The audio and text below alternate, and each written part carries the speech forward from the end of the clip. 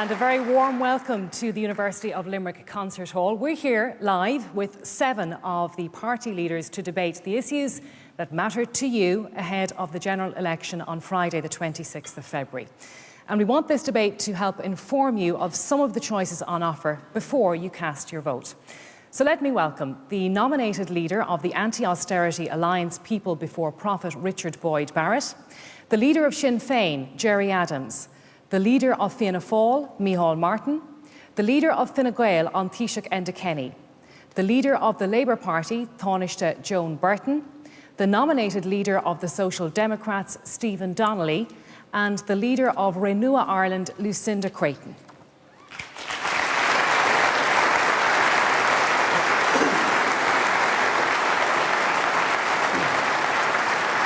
Well, our audience here with us tonight has been compiled by polling company Red C, and they have submitted questions, a number of which will be put to the leaders with us tonight. And after the debate, RTE's David McCullough will be bringing us immediate reaction. David?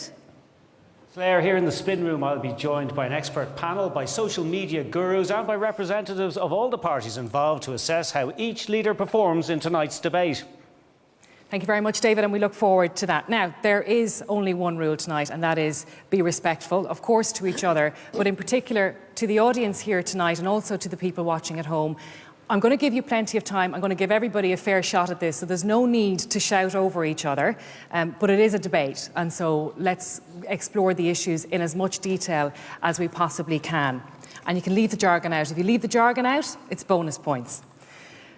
Let's go straight to our studio audience then and to our first question. Pierce Duggan. Where's Pierce? Pierce, you have a question for us. Please go ahead. Given the amount of broken promises that governments have broken in the past, and indeed the present government, what reason have we to be hopeful that we should believe anything that's promised during this election campaign? OK, we might go to Enda Kenny with this question first. So it's not 2 years since the IMF left. People are very scarred still and dealing with the fallout of the bust. And there's a real nervousness about our economic future. And I suppose what Pierce is saying is that we are worried and we are nervous about what's going to happen next. We're worried about auction politics and about you promising too much. Well, thank you for your question, Pierce. The position here is that the government, when it was elected in 2011, was given a mandate to fix our public finances and to put our country back to work.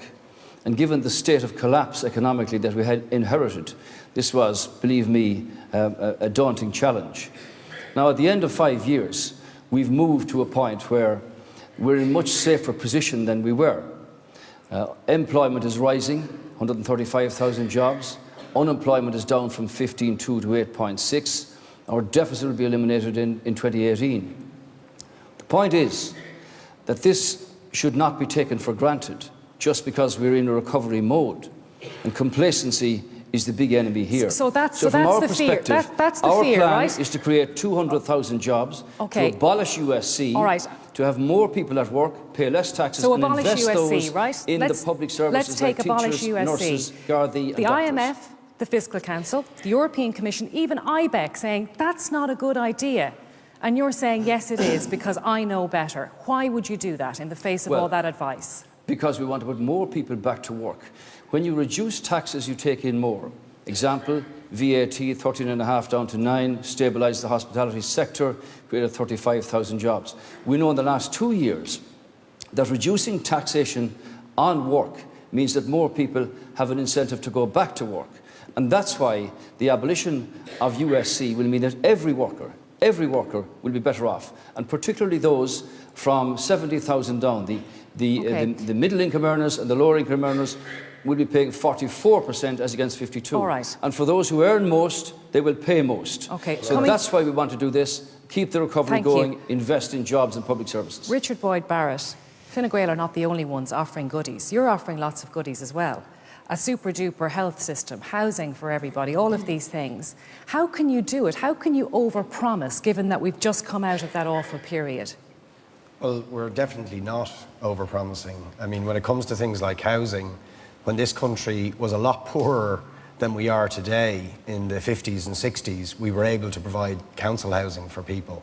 So I think it's perfectly possible, when we're a lot wealthier today, to provide at least a secure, permanent and affordable roof over people's heads. So I don't think that's over-promising. And if anything, I think it's the government at the moment who are fooling people by talking about funding these things out of a thing called fiscal space, which is really That's just... banned.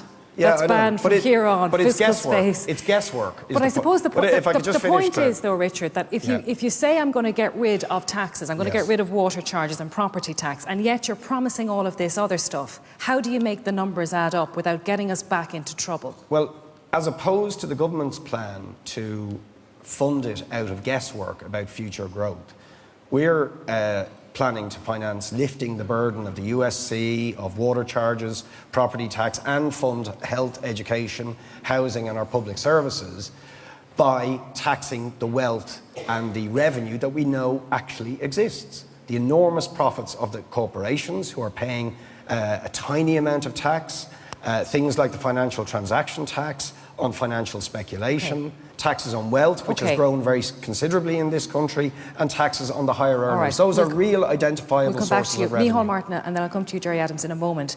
You're at it as well, making these promises, knowing, and you know more than anybody, how much trouble it can get you into, particularly as the international economic picture is looking so precarious at the moment.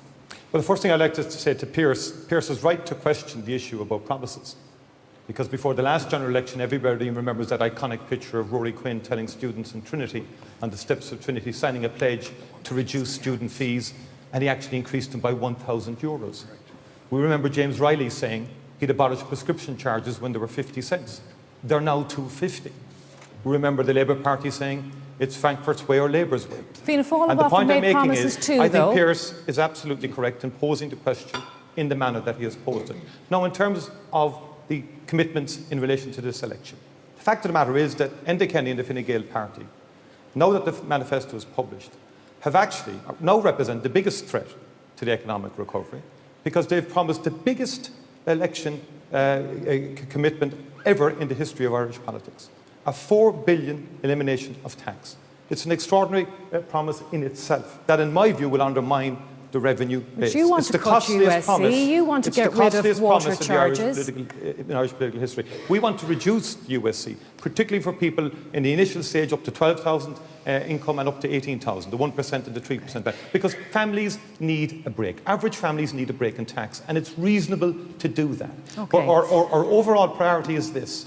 We believe, first and foremost, we must invest in public services. Joan we must Burton, invest in health, housing, All right, and education, we're going to talk about special all of needs those and things disabilities. in a moment. They're key issues. Joan Burton, In terms of economic Joan, development, that's the priority. Can I ask you a question, Joan? Can I ask you a question first? You've attached yourself to Fine Gael. They're making all of these promises. People might have expected that Labour would be more responsible when it comes to auction politics, but you're willing to go along with this. And Labour has set out a very clear proposal. But I have to say, what's just come from Micheál Martin is laughable. He was in government for 15 years and he left just as the place went down in ruins. And now he's decided, it's like the emperor with no clothes, that he's able to come back here and pretend the past, Fianna Fáil's past, never happened. If there's anything to be wary of, it's what the people in Fianna Fáil did to this country to crash it. We saw the account of it in the paper today again. Now, just let me say about the Labour Party. We have a very clear plan for the country.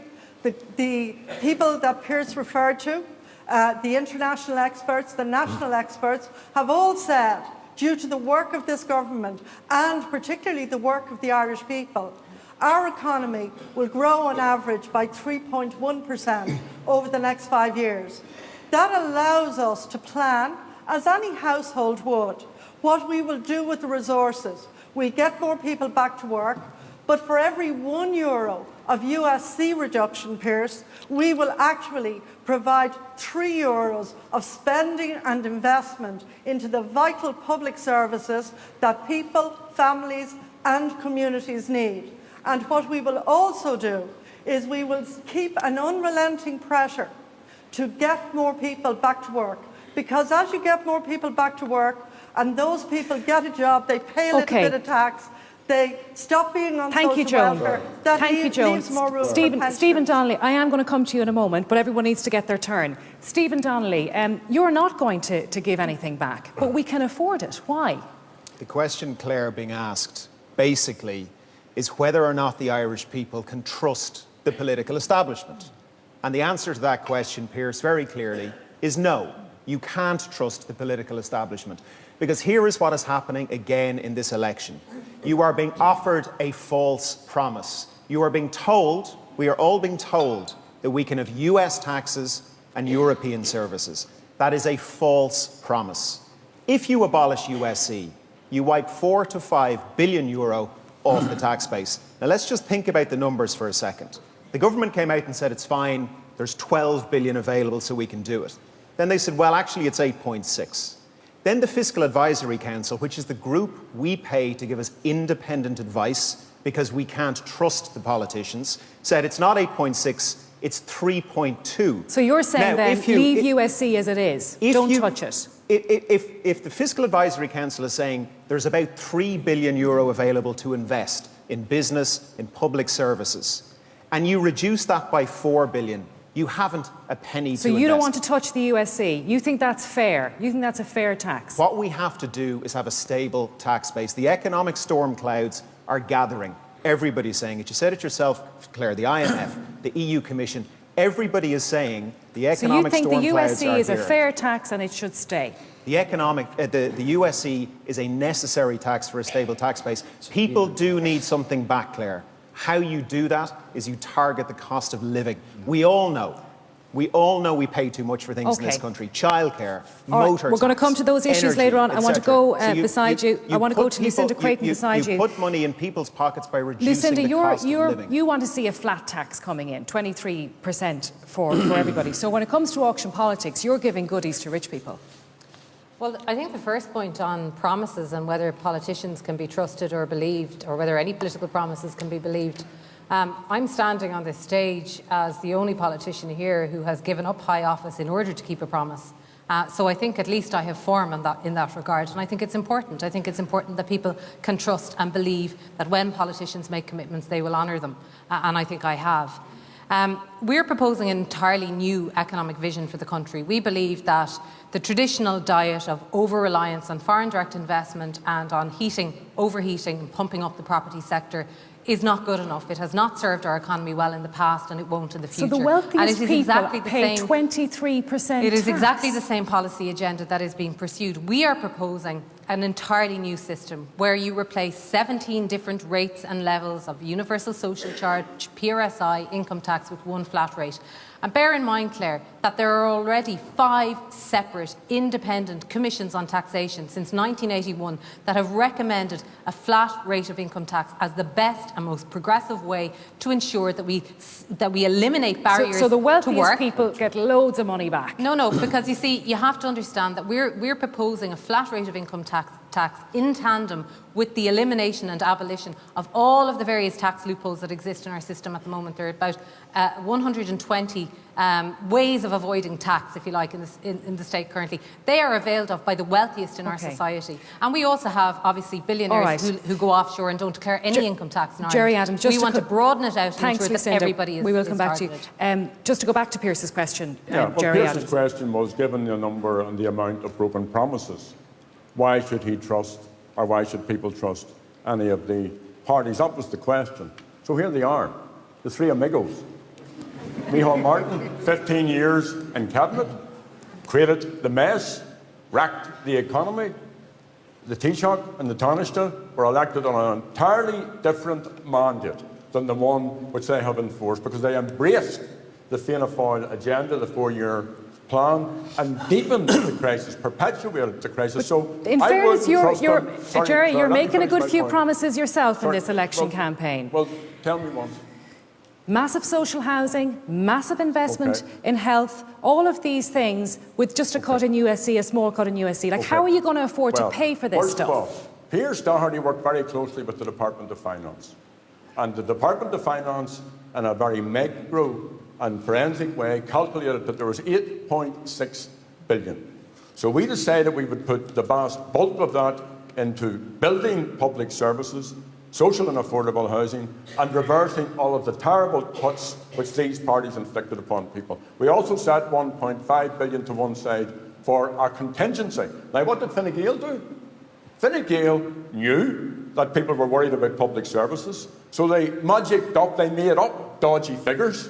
They said that they had 12.5 billion, which they don't have, because they wanted to say to people, we're going to take 4 billion out of the USC. We're being prudent. We're going to take 250,000 citizens out of the USC. The Taoiseach, in my opinion, and the Labour Party deliberately cooked up these figures to try and persuade Okay, well, let people him that they respond. can Let bribe him them, respond to they can that bribe them. charge. He says you cooked up the numbers, and he's being prudent, not you. Well, first of all, I want to refer to what Deputy Micheál Martin said here, the leader of Fianna Fáil, when he said this is the costliest plan in history. That's not true. This is independently costed by the Department of Finance. Yeah, but it's independently costed, but it's still 2.5 billion a in cost. respect of USC. And our lesson is, How much did you say? because there's a 600 million clawback for those over 100,000. 4 billion. It's 4 billion. The less tax that people have to pay, the more you can put at work. And we have evidence of this now with the rising numbers in employment. Okay. When Micheál told Bloomberg back in 2010 that it would not be necessary to trigger the mechanism of a bailout, he told Fox News the same day that the IMF would not be required here. And yet the government that he was a party to did not even know that the Troika had arrived in the country. Now, if we followed that logic, after 14 years, with 300,000 jobs lost, 250,000 young people gone away, and despair and disillusionment all over the country, our plan will bring right. back 70,000 Okay, young people. Micheál, Just respond to more that. people back to work, How are people and we'll expected... employ the nurses and the doctors and the teachers All right. that Just very we quickly. need to provide our public services. How do you respond That's to that why we when have to you're... keep this Thank you, recovery Taoiseach. When underway. you're reminded of We've those just dark had- times when Fianna Fáil yeah. were in charge. We've just had a 6 million inquiry with a Taoiseach handpicking the majority on that inquiry team. And they didn't come to the conclusion that the Taoiseach came. And they came to the conclusion that it was a far more complex economic crash than the Taoiseach was ever let on that it was. And of course, it also said that the policies of Fine Gael and Labour would not have prevented We also said that recession the bailout or was the that cheapest crash. loan in So What let I him want to make say the to the Taoiseach is his plan, and they're the only party here proposing a 10 billion package. We don't even have 10 billion. Even the Department of Finance is saying it's about 8.6. Yeah. So they're spending every penny that they have available, and they're spending every penny that they hope The to have 10.1 is made available. up of And could I just say 1.5 one thing to billion Jerry from the, Adams? Jerry European questions Don't talk over. or integrity or whether I can keep her promise or not. Jerry's been denying for 30 years that he was ever a member of the IRA, and he expects people to believe him And you're in relation to economic policies. You're denying. Claire, And he Okay. also... Thanks, Micheál. Thank you. Claire, All right. Jerry Adams, Can I just do you want to respond to that particular point in relation to the IRA? Garda Síochána. You've been going around the country making these accusations. Go with your information to Garda Síochána. There's not a guard in the country believes that you weren't. Micheál, hold on. There's not a guard in the country believes that you weren't. Micheál. I've talked to Gardaí. Okay, now Micheál, just let's talk about now. Your I'm talking about government now. created the economic collapse.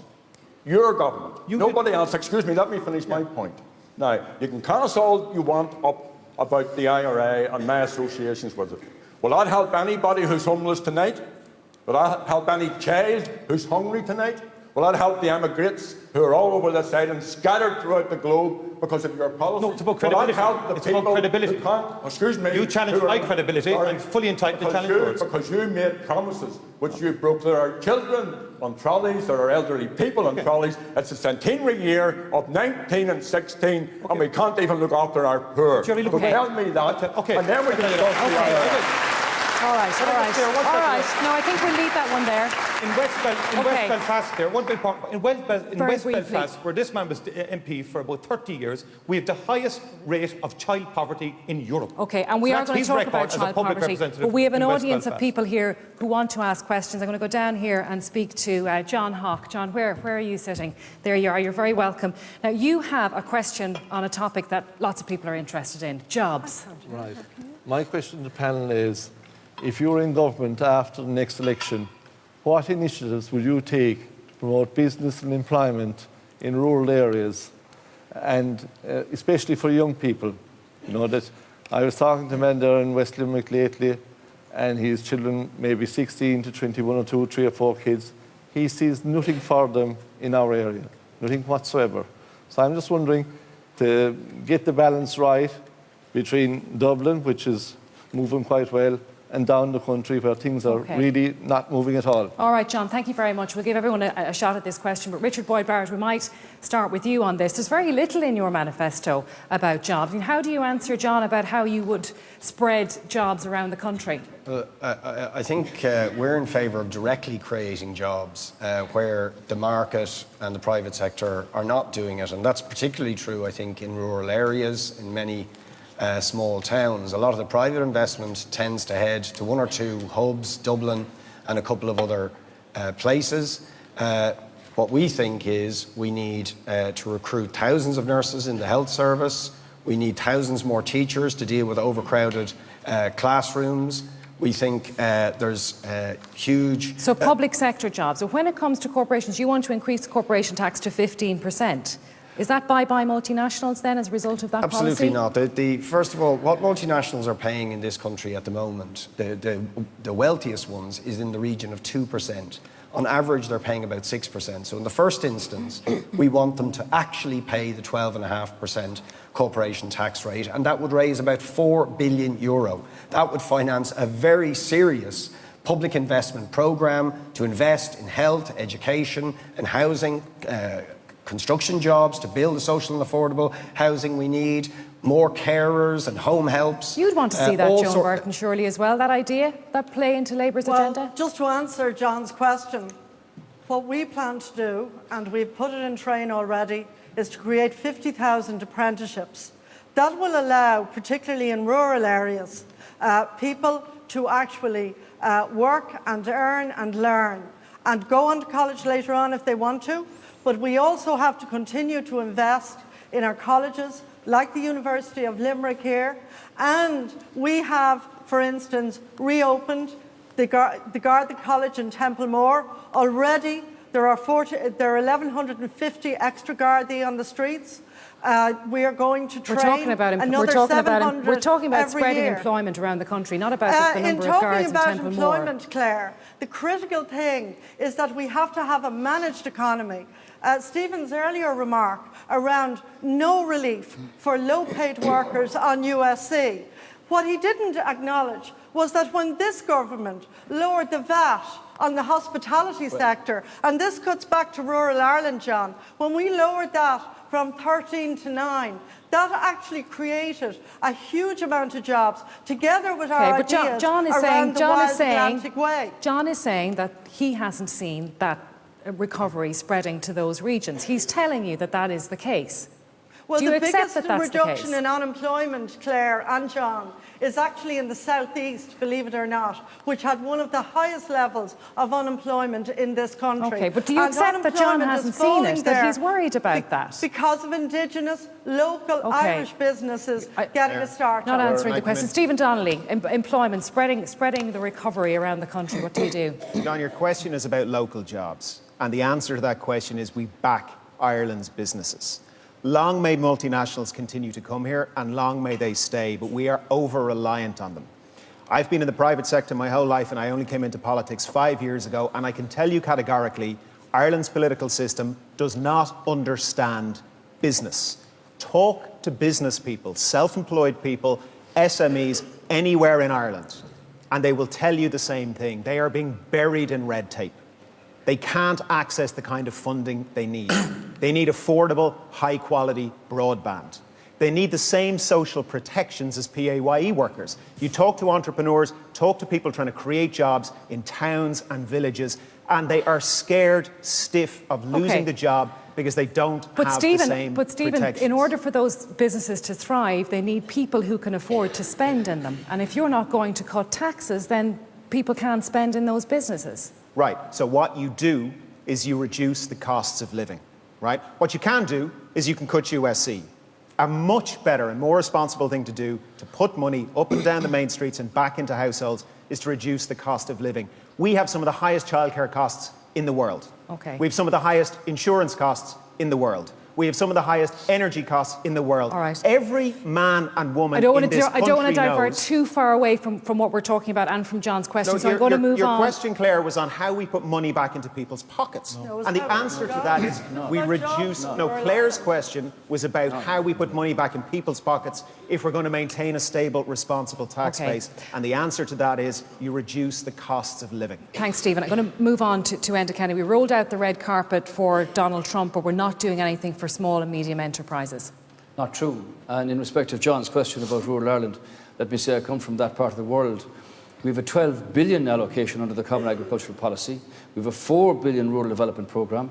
Our agricultural colleges are full, 33% increase in the agri sector, and a massive innovation and research going on in many companies on food and the drinks industry for the future. But you know, because you're travelling around the country and I travel around the country. In terms of small and medium enterprises. No, but you see the towns where you might have one shop and the post office and everything else is boarded up. And I'm not exaggerating, and you know I'm not. So it's a problem. What do you do? Believe me, I know many of these towns.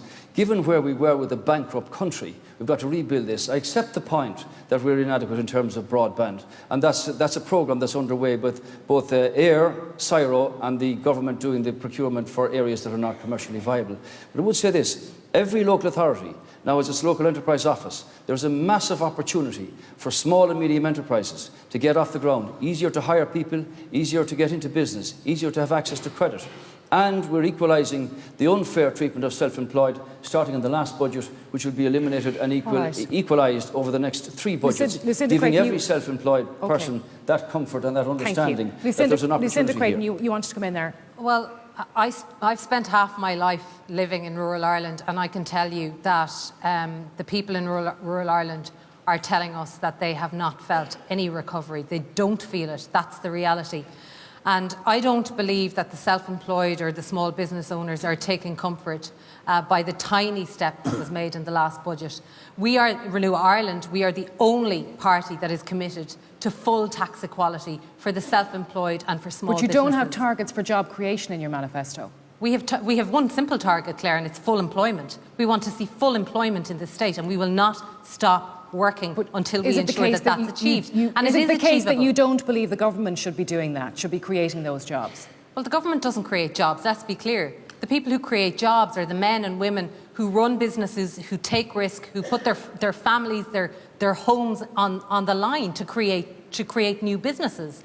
70% of people are employed by small businesses in Ireland, and there is huge scope for more, but they are being crushed. They're paying a punitive rate of universal social charge. Why are the self-employed paying a higher rate than anybody else? Because they're not trusted by the government, and that's how they feel. He says he's changing that, though. They're not being, he they're not says being he's listened changing to. that. But there's been 5 years, Claire, to deal with it, and it hasn't been dealt with.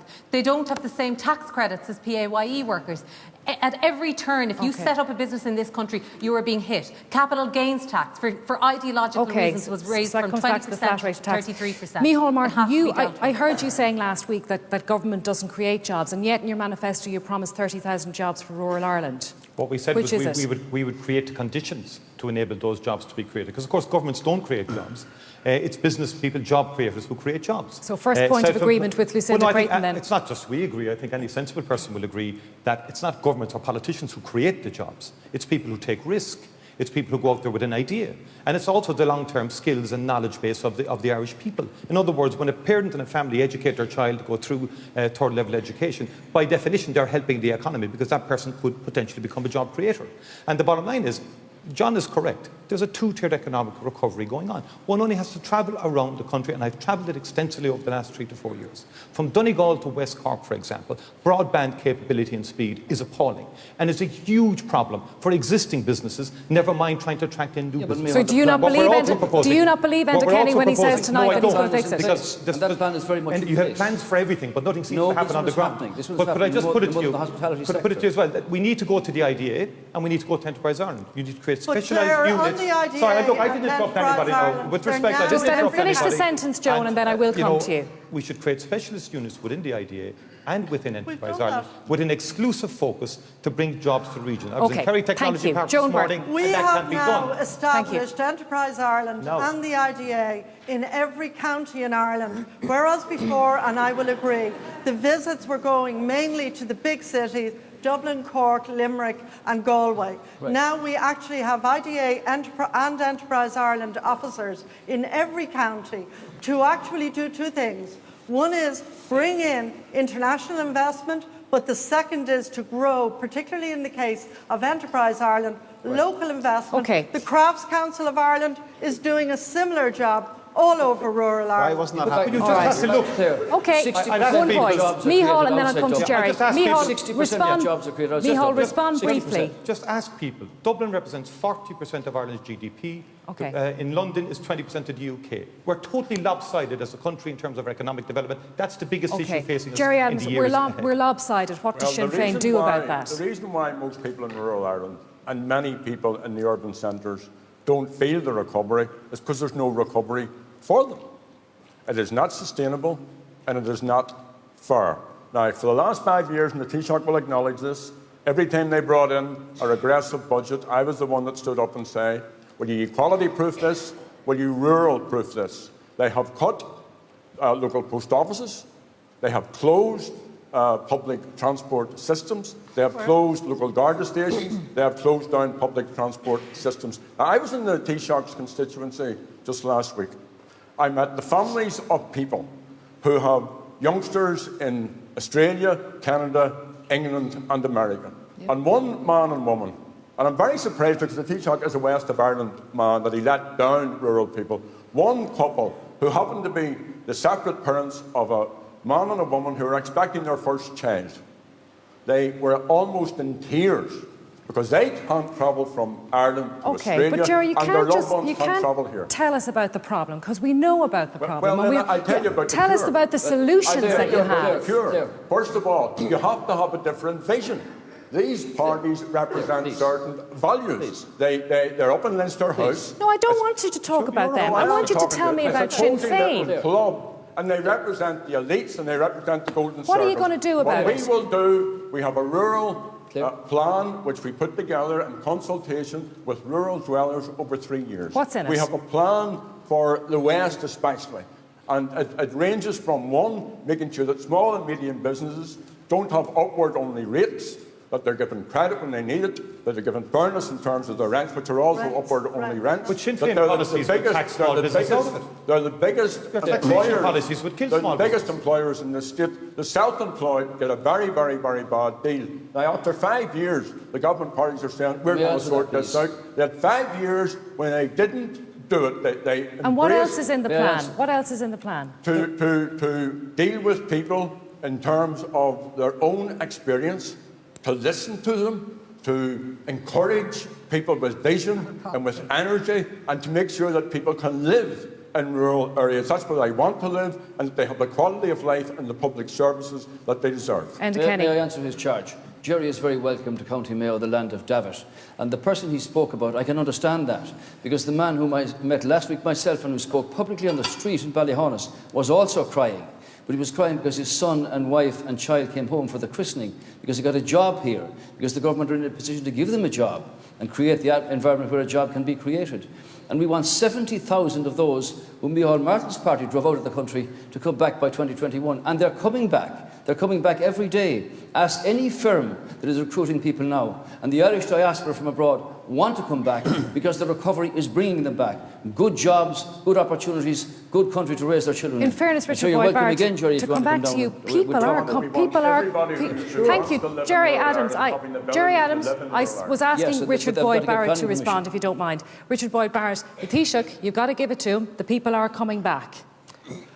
Well, look, first of all, we welcome any job, wherever it is, as long as it's properly paid. And we don't welcome these pretend jobs or exploitative jobs where people are getting a few quid on top of their dole when they should be getting paid properly in JobsBridge schemes. We think it is completely unacceptable that new entrant nurses or new entrant teachers for doing the same job are getting paid less just because they happen to be a bit younger. That is outrageous.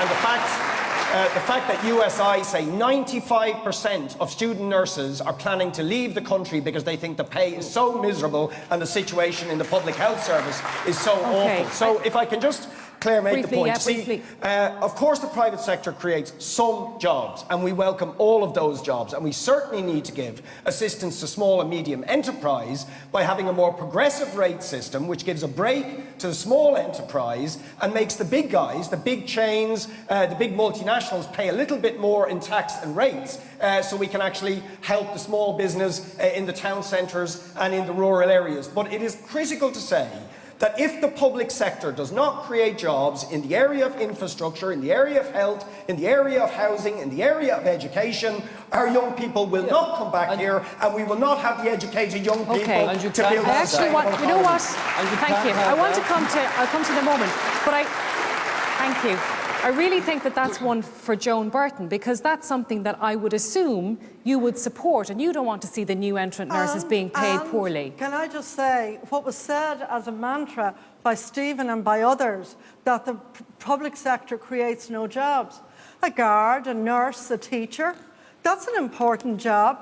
That may be paid by a public agency. That's a job. We have a mixed economy in Ireland. We want a good private sector. We equally want a strong public sector. We need our teachers, our guards, our nurses. They're not a drain on Irish society, as has been implied by the people here on this side. They are actually people who are educating the next generation, who are actually providing services, vital services that people need. And a proper economic plan, which is what the Labour Party has put forward, provides for significant additional numbers of doctors, nurses, Lucinda Creighton, you want to come back in there to make our country better. The reality is that your government's policies are driving our nurses and our teachers and our doctors and our other public servants abroad. Where are the nurses and the doctors? You to speak to any doctor and they'll tell you the posts going in hospitals in Dublin and around the country, they don't want to apply for them. They're getting 1-2 applications where they used to get 20 or 30. That's the reality. Because it's not an attractive place to work, because they're being hammered in personal taxation, which your party hasn't addressed and won't address, and because the conditions, they're completely demoralised. That's the reality. That's very important. It's a very important point in relation. If you go into any staff room right now in a school in this country, they'll say what Richard has just said. The older teachers will come up to you and say, we want the younger teachers paid the same rate as their other colleagues in the staff room. In nursing, there's a massive turnover of specialist nurses and theatre nurses. The problem is the government parties never acknowledge the reality of the problem for many people out there. No, whether there's a problem in the regions or whether there's a problem. Look, at this moment, Tesco, for example, Tesco at this very moment are forcing their workers to sign contracts that will dramatically reduce their wages. That's an important issue. Stephen Donnelly wants to come in here. We've heard a lot from you both on this subject. Stephen Donnelly, thank you. Go ahead. Can we debunk a myth here? This faux outrage for our doctors and nurses and teachers and guards. Let's just debunk a myth here. The establishment is telling you that they're going to take €4 to €5 billion out of the revenue base. The really smart economists that we hire to tell us how much money we're going to have say we'll have €3 billion. So we have faux outrage from an establishment that is telling you that they're going to cut the revenue base so much that there won't be a penny to equalise wages for new entrants, which should happen. There won't be a penny to create a modern healthcare system. And John, back to your question on business, there won't be a penny to back Ireland's businesses, because that's what we have to do. Of course, the public sector plays a part. The IDA is one of the most successful organisations of its type in the world, but we have to be just as ambitious for Ireland's businesses as we are for the multinationals. Right now, we're not. You ask Claire, talk to anyone who's hired 50, 60 people in the last 5 years and say, how many ministers have come and seen you? And if they're an Irish business, they'll say 0. Now, compare that to Donald Trump arriving to buy one of our golf courses off his private jet and being met at the end of a red carpet complete with dancing girls and harpists by our Minister for Finance. Enda Kenny. You know what, Enda? Donald Trump has come up twice now. I'm sure Donald enjoyed that when he came. I didn't meet him myself. I might make this point. The figure of 10.6 is accepted because we're getting 1.5 back from the European Commission because the country's done so well. Now, Stephen knows this very well, that the Fiscal Council have put in their projections for pay increases and all the rest of it, which are not published in advance because they're a matter of negotiation. And here's the point. We've published a 42 billion capital programme for roads, schools, hospitals, primary care centres. You cannot do that unless you've got a strong economy. And let's not kid ourselves. We will not have the future that everybody is talking about unless you keep a recovery moving that will drive that economy. Well, he doesn't agree with the way you're doing it, though. And I agree Jerry with Adams. Taoiseach. Teachers, doctors, nurses, are the essential public servants. You cannot have them, you cannot employ them unless your economy is strong and kept strong. And that's what the Fine Gael plan does. For the last 5 years, the Taoiseach and the Taoiseach could have grown the economy. And at every opportunity, I stood up and said that to them. Grow the economy. You can't come out of recession. Yeah, and you voted against Europe and everything else. Because you went cap in hand, on all knees. I will not have the falter written in my forehead. But you were sent there to represent the national interest. You had to welcome the 12 billion capital. I didn't interrupt you, Taoiseach. You went to represent the ordinary people, the common people, the national interest of this state, and you didn't do it. Instead of representing Ireland and Europe, you represent Europe in Ireland. And that's why we're in the mess we're in, because you talk about teachers, you talk about Gardaí. This man cut 3,000 guards. You cut 3,500 guards. You cut small schools. Just cut hold on, what are you saying there? 750 guards. You just disappeared 6,000 guards now, Jerry. Stephen makes a very good point. And by the way, Jerry is going to Okay. provide 8 ambulances in the next 5 years. Stephen makes a very good point. All right, about you the know what? false outrage, All right, because you know what? had 5 years. Thank you very 5 much. years to Thank straighten you. it out. That's enough. No, just that's one enough very on quick that. one. We're going to talk about health now because we've touched on it a few times. I think it's time to go back to our very sensible people in the audience. Where's Sharon? Sharon Noonan. Hi, Sharon. How are you? You've got a question on health. Tell us what you want to say. My question is on the trolley situation out in the University Hospital Limerick. Innis has now closed down, so it's going to be overcrowded more. I was there recently with my dad, who suffers with full dementia. He spent hours upon hours on a trolley out there, and I just want to know what's going to be done to improve it. Micheál Martin, it could be 2004 listening to that when you were Minister for Health. It could be 2004 when you were Minister for Health listening to that. Nothing has changed. Nothing changed then. Nothing has changed since. And you want to leave the HSE in place, that's what you say in your manifesto, and fix it. That's not a fair assessment, actually, of what was happening in 2004. By any metric, the health service was treating more patients and we're doing it more successfully before this government came into power. And there is an issue with emergency, and Siobhan is correct in terms, or Sharon, sorry, is correct in terms of the unacceptable level of overcrowding, which is now at record levels since statistics began. Hospitals need greater capacity.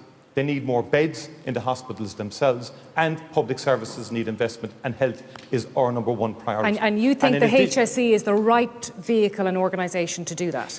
Look, what Fine Gael, I looked at their plan today, what's being promised here is more chaos. James Riley caused a lot of chaos. He promised to abolish the HSE 5 years ago. Instead, he got rid of the board, took charge of it himself, and we had chaos and more chaos. And we don't want that again for the next 5 years. We need practical steps. And the bottom line is the HSE director has said he's €150 million short for hospitals. But I think what people will say is, though, Micheál, no, but what people will say is, you had a shot at this before, you had a few shots at it before, and you didn't get it right then. So what makes you think you would get it right this time? I disagree fundamentally with your analysis. But how long were you in government? I was from 2000 to 2004. How long was Fianna Fáil in government? You didn't fix it then. Yeah, but the point is we did it by any metric. And I challenge anybody to go through it. We were treating more patients more successfully. We transformed the physical infrastructure of hospitals. But there are still challenges. And the bottom line is this.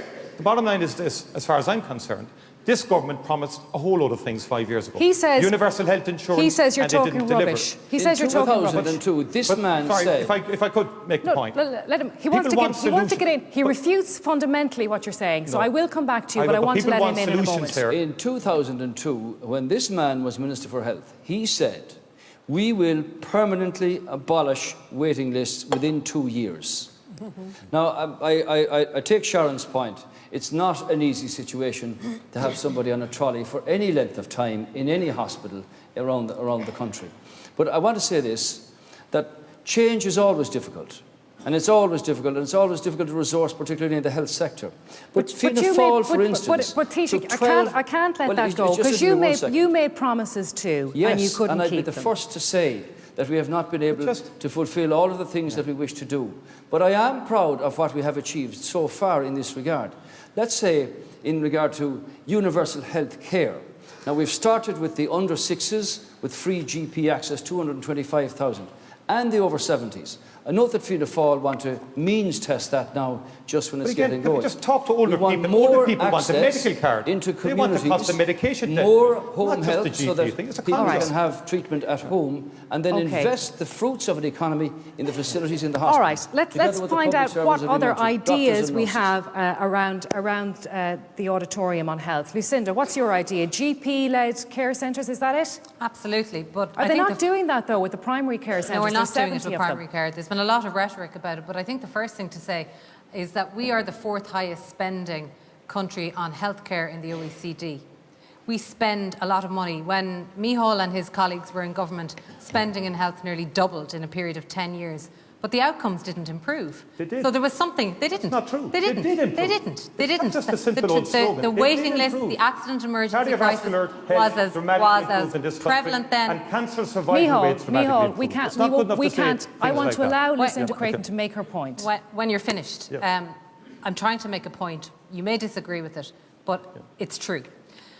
Waiting lists, A&E, all of the same crises that we have today existed then, notwithstanding the massive spending. So it's not just about throwing money at the health service. It's about ensuring that we manage the health service properly, that we see efficiencies, that we see good practices. And, you know, it's not so long ago that ward sisters were running their own wards efficiently with 1 or 2 staff, but doing it properly. Now, there are so many layers of bureaucracy and middle management introduced by successive governments, Lucinda, and it has to it's okay change. to say all of Yes, that, and I it think is. many people would agree with you, but health just seems to stump everybody. It just seems to get everybody. And we've had previous politicians and ministers calling it Angola and so on. I don't agree. I think it can be solved, but it requires leadership and it requires a vision. We had Tony O'Brien, the head of the HSE, and the Minister for Health, Leo Varadkar, agreeing with them, calling it a visionless organisation. No plan, no strategy. That has to change. The first thing we're proposing is to depoliticise it. Actually get all of the political parties working together with the healthcare professionals. Listen to the nurses, the doctors. We're proposing in a very short period of time to get a national forum together, to trash out the issues, to identify not a 5-year cycle promising more changes. HSE has been a failure. UHI was a failure. All of the various grand plans, they were all designed to win elections and win votes. We need to change the approach, make it about consensus, bring the political parties together, bring the healthcare professionals together, listen to them, and develop a 20-year vision, not a 5-year one. Jerry Adams, we heard, thank you. We know that we spend 14 billion on health, there or thereabouts. You want to throw in another 3.3 billion without looking at how the 14 billion is spent. 4th highest spending in the OECD. So it might not be a question of throwing money at it, and yet you say let's do just that. No, I don't say that. You see, if you analyse just very briefly our current health system, it's a mixture of public and private. It's a hybrid. The crisis in health has been developed over the last 30 years or so. These folks are going for privatisation, and you saw that under Fianna Fáil, and you see it now under Fine Gael and Labour. Our vision for health is a universal health care system, free at the point of delivery and paid for out of direct taxation. So if your child is ill, you can bring her to A&E, you can bring her to the doctor. If you're elderly, you don't have to start hooking about, will you stand for this prescription? Because that is given to citizens as an entitlement, because we happen to be born here, and the right to health from the cradle to the grave should be part of our entitlement, and that can be done. These folks don't have the ideological position or the vision to do that. We do. And that's where we would put the money into developing this in that direction. Can we do that? Is that ever achievable? There's one way of doing it, and that is to actually have in Ireland, and we're laying the groundwork at the moment, a national primary community-based health service. so that when Sharon is talking about her dad, I think was it, being on a trolley, which is a horrible experience for anybody and for the family, we want, particularly as we have a growing population of older people as well as of children, we need to have people get their care at a local level. We need mental health services at local level, and you only go to an acute hospital when you need a procedure or an operation, and when you have that, Claire, you leave the hospital as early as possible and you go to a step-down facility, or as we've done last year, you get your fair deal arrangement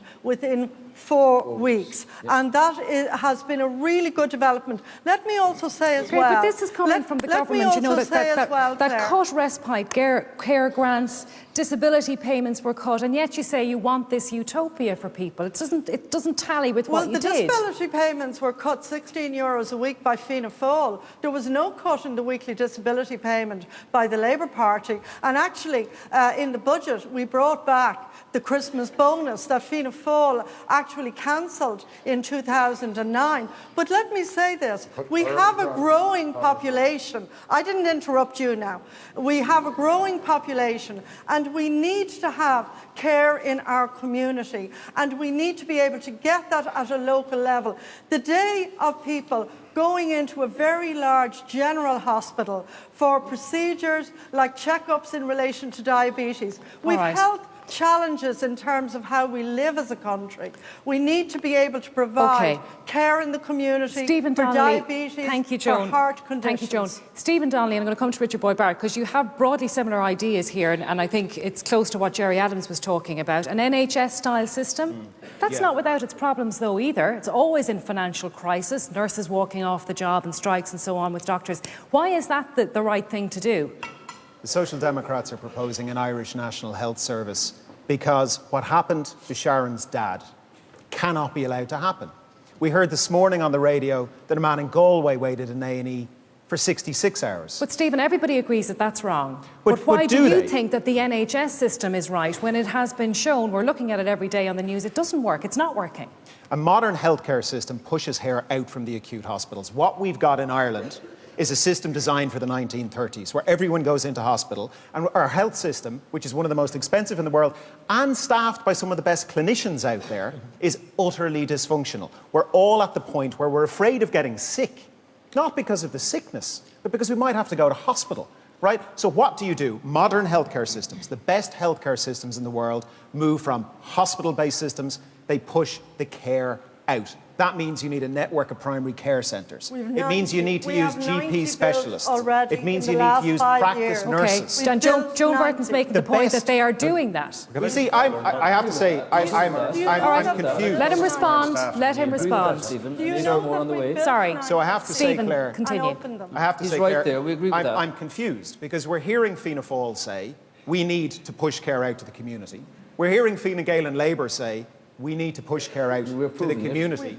And Sharon's dad was on an A&E trolley for 40 hours. So we're hearing the establishment say this is what you need to do, but it's not happening. Fine Gael Labour have been in power for 5 years and it's not happening. What we need is a modern system that pushes care out and that critically, the very best systems in the world help people manage their own care. So for example, access to patient records. Okay, Richard Boyd Barrett, an NHS-style system, is that what you're proposing too? Yeah, absolutely, because it's cheaper, very simply. Yeah, but it has to work. Of course it has to work, but it's cheaper if you don't have the private healthcare for-profit sector taking a huge amount of the expenditure that's going into health and just putting it in their back pockets. The most expenditure on health anywhere in the world is in the United States. They spend twice as much, more than twice as much as Britain does, but they have some of the worst outcomes and millions of people have no health care whatsoever. Britain, in a system which is free at the point of use, spend about half as much because we don't have all the money going to the private healthcare providers and to the private health insurance companies who are just racketeering. I know, but you can't use the NHS system as a perfect example. No, I'm not saying it's a perfect example. In fact, part of the problem is Margaret Thatcher tried to butcher it and introduce market mechanisms and competition, which we don't need in the health service. We don't need market mechanisms. What a health service is made up of is nurses, doctors, medicine, and the places for them to practice those things. And of course, the irony of the government talking about care in the community is precisely the story we've heard, or the one in my area where the Loughlinstown A&E was downgraded, and we said at the time to Minister Varadkar that is going to lead to a disaster in St Vincent's, because the spillover will now go into Vincent's, and of course, lo and behold, within a year or two, that's exactly what happened. You close down or downgrade the local A&E services, and then you have absolute chaos in the so-called centres of excellence, which are actually a nightmare. They're understaffed. They don't have enough doctors and nurses. Enda Kenny, I will come back to you. Enda Kenny. Pushing the problem down the road. I agree with much of what has been said here about care in the community. That's why 47 primary care centres have been opened and 80 more are planned. We also need more home help hours so that people can be treated at home and looked after in their own homes for as long as possible. That's why you need the community facilities that the Tánaiste just spoke of, so that those But who have to go you've to said hospital, yourself, let's be yes, clear now, and you're defending it now, but you started off by saying you were not happy with your government's record on health. What I said was that I'm the first to admit that we haven't fulfilled all of the things that we wish to do. That I was proud of what we had achieved as laying the foundation here. Do you accept, though, what Richard Boyd Barrett sector. says, that you downgrade one A&E unit in a small hospital, everybody gravitates to the larger hospital, and suddenly the system grinds to a halt? I want to make the point that we have opened 47 primary care centres. They're very good, with clusters of doctors, nurses, chiropodists and other specialists in that area. 80 more planned. And as was pointed out... What did you say? They're not staffed? Earlier discharges from hospital with fair deal now available in 4 weeks means that you don't have the pressure in there, but you've got to be able to invest in capacity, as the Minister's pointed out. And with a stronger economy, that's where we can invest. All right. A $3 billion programme for Jerry the Adams and then Micheál hospitals Martin at the moment. All right, Jerry Adams and Micheál and Martin. the National Children's Hospital and so on. Claire, it goes back to this issue of whether we're citizens and we have rights, or we're subjects and we don't have rights. Children with Down syndrome don't have rights. You have to fight to get them a medical card, and they have to be reassessed every 3 years. I fought there for a little boy who was born without hands or feet to get him a medical card. I could tell you tons of stories, I'm sure everybody else could. What Richard describes in his constituency happened in the Louth County Hospital and in Our Lady of Lourdes. And what we do, if we have a commitment to the rights of citizens, then you build round that. And then you bring forward a health system which is based upon that entitlement, and you pay for it out of direct taxation. And if people want private health care, good luck to them. Let them do that as long as they're paying for it. But every citizen, particularly in a republic, should not be afraid of going into hospitals. There are people in hospitals tonight who should not be in hospital, but can't be sent home because they don't have home care packages, because they don't have home health, because they don't have the protection that anyone should have in a real republic. Promised you a quick word on this because we do want to move on. I believe in a taxation-funded model in terms of health, and we believe as a priority we should invest in public health services. If you look at the Fine Gael document and manifesto, they want to privatise it, essentially. That's now, not the bottom true, line, the other point I would make is this. Micheál, the other point I would make is effectively privatised. The other point I would make is this. It's dishonest to say, very dishonest to say, that health doesn't need more funding, as Lucinda tried to indicate there. And equally, Jerry is speaking like Eamon Gilmore spoke 5 years ago. But we are, but Micheál, we are what I mean by that, no, we are Claire, high. can I be allowed to make my point, but I please? want to pick you up You've on allowed something others that you make their said. point now. Absolutely. I just want to get a few essentials. Do you say across. we're not high spenders on health? Sorry, we are high spenders on health. Look, we need, there's no question, but you need to invest more in our public health services. Because why? The three drivers of health. We're living longer. You go to any A&E tonight, you will find the majority will be people in their senior years. There's new technologies and new medicines coming along. Look at Orkambi, which we should bring into play for patients with cystic fibrosis, and we're not doing it because there's no strategy. I mean, in my view, we have to be honest with people. We're proposing pragmatic steps. So is it how much we're spending on health, or is it how we're spending on health? Obviously, we need reform and efficiencies, but health spending is going to grow. It's not going to get cheaper, and there is no point in pretending to people that it's going to get cheaper. We have to be honest about it. And you talk to doctors, nurses, and healthcare staff in the primary care. I mean, everyone's talking about primary care. There's a crisis in rural GPs, in GP practice. Indeed, so much so they're running candidates. So we need more reality around what we can actually achieve over the next 5 years. And Jerry knows, like, universal healthcare for everybody. Like, it's great to say it, But we have to be honest with we you. will It's not actually do going to it. happen in the next 5 years. You voted for bioeducation. You voted when you were in government. We for invested the- more than any you party in voted history for in the public health bioeducation. system You over a voted for 15-year period. bioeducation. That cannot be You and the other period. government parties closed down 1,600 hospital beds and paid off 7,500 health workers.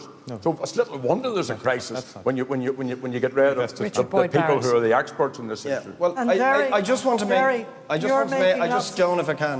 I just want to make the point. Both Fianna Fáil and Fine Gael, between them, took 10,000 mostly frontline staff, mostly nurses, out of the health service and closed down thousands of hospital beds. You certainly don't get a better public health system by doing that. But you know the irony on the crisis in the A&E and the waiting lists is it's not as if the capacity doesn't exist in the country. Because at the same time you could be sitting in a war zone of a hospital that is overcrowded, you will hear ads on the radio, which all costs a lot, fancy ads, saying, but if you can pay to come to the Beacon Clinic or to Blackrock, you can come in and there's no queues at all, right? And this is the problem. We have a two-tier system where healthcare is being dished out on the basis of the size of your wallet, not on the basis of medical need. And that is what we need to address. Okay, all right. One thing. Okay. Just one thing. All right. Please. Yeah. For I know. anyone watching this evening who works in the HSE, there's a very important part of this discussion that hasn't happened, and it's around the culture. We talk about the National Health Service, and we do want to create an Irish National Health Service. Talk to doctors, nurses, physios in the National Health Service in the UK. And of course, they'll give out about the health system. Everybody does. But they will be proud of their health system. Talk to our doctors, nurses, physios, hospital porters, and they describe the system as the enemy. So yes, we need to get the system right, but we also have to create a culture where we start to trust our clinicians. Because right now, if you talk to clinicians, thank you, Stephen. they will tell you that they are not trusted by Claire, the system. Joe Burton, yeah. You know, Stephen is speaking in management consultant talk. I can actually hear a stack of reports being written to analyse all the problems.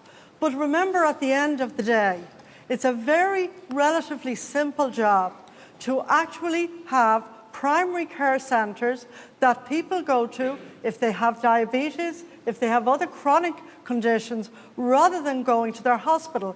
And if an older person, like Sharon's dad, is going to a hospital, it should be possible for Sharon to phone the hospital so that her dad goes to an urgent assessment unit. That is actually a structure being created as we speak. And I will defy anybody here to imply that our doctors and nurses and our services and our hospitals are entirely bad. The A&E is a terrible problem. But when you actually get past the A&E, we have splendid doctors and nurses who give very good services. And there's an air of negativity in this debate that everything is wrong. They're not There's an trusted air to of do their negativity. job. But remember, There's an air of negativity. And you're suggesting more management type. Let the doctors and the nurses build the assessment units that they're doing at the moment and support them, please, because they're very good people. Remember Roisin Shortall, who had a great commitment to primary care, and she was jettisoned by the Labour Party and by Fine Gael because James Riley wanted to look after a few in his own constituency. That's right. I mean, that's the level of commitment the government had to primary care. And just talk to Roisin Shortall about it. It was a terrible experience for her in the Department of Health. Are you talking to Roisin Shortall, Micheál, and to utter- Stephen, because but the you whole world advise knows on what them happened. for the government? The whole world knows what happened to Roisin Shortall. Roisin All of you just left her out to Roisin dry. Shortall is a very fine politician. She decided, though, to leave government. Why? In my view, she should have stayed, and she should have worked to make it better. Why did she leave? Because when Sorry, you are in government, as a you sorry, work to ju- improve as a things as for a people. co-leader with Roisin All we're Shortall. hearing now is me say analysis. All we're hearing now is nothing, What are we actually. going to All do? we're hearing now is nothing. Okay? All right. Where is Bernard Carroll? Yeah. Bernard, you're up here. We're going to move on again, and we're going to talk about something that's going to be a huge challenge for any new government. Hi, Claire. How are Tell you? us your question. I've noticed in recent times that the homeless crisis in Limerick is becoming more and more prominent, as I hear it is in the rest of the country. My question is, how do the leaders plan on tackling this national crisis? Okay, and my start again, Joan Burton, with you on this one. Because you had an opportunity to increase rent supplement, and I think it was something you wanted to do, wasn't it, to increase rent supplement? And you wanted to introduce proper rent certainty. And that man beside you and his colleagues in Fine Gael wouldn't let you do it. Is that right? Well, we now have a 2-year system for rent certainty. And secondly, in relation to Limerick, we have a very dedicated service by the community welfare staff from social protection. And this year, Joan, would you mind have answering put the question? 60 million You want so that anyone Joan, I'm asking who is homeless sorry, has excuse a me, home, I'm asking you a has question. bed. You wanted to bring in rent certainty And we beyond brought it in 2 for 2 years, years. and you wanted to increase rent supplement, and you couldn't do it because Fine Gael wouldn't let you do it. No, in relation to rent supplement, can I say, Claire, we are increasing it, but we negotiate it with people who are affected by their landlord looking for a rent increase directly with the individual family. I want to say that. So here you didn't tonight. want to increase We are rent supplement then? We have increased rent supplement regularly, but what we do now is we negotiate with each family, with the local community welfare service, and in addition, we offer families who are not on a working, case-by-case who are basis, unemployed, that is help done. with getting But a is it job. not true that you wanted to increase rent supplement in order to deal with this crisis? That was a Labour desire, and it didn't happen. We deal with each one on a case-by-case basis. We've put very significant tens of millions extra into the rent supplement. That's true, Claire.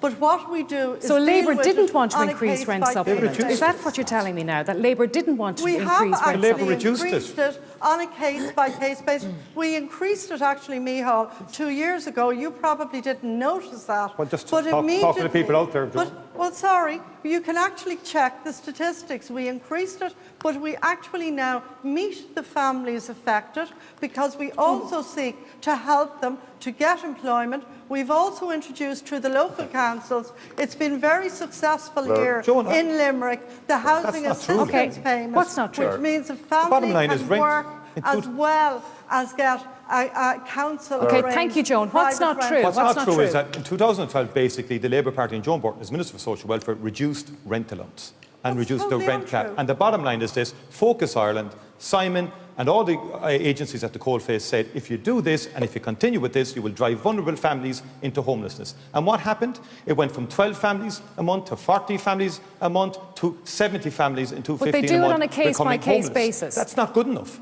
The bottom line is more families are being driven into homelessness because of the failure to increase rent supplement. Father Peter McVerry, everybody involved has been saying this. Joan has her head in the sand in relation to this as a policy issue. It seems to be ideological in terms of the Labour Party and Fine Gael saying, let the market cope. Okay. And I think it's the worst scandal we've ever had in homelessness since the state was founded. Micheál Martin, we were told that if you increase rent supplement, you give a charter to landlords to increase rent. And that's where the money goes. Yeah, but the opposite happened. The government reduced rent supplement and rents have soared, actually. And the gap between rent supplement and the actual market rent is quite enormous now in all of the cities and across the country.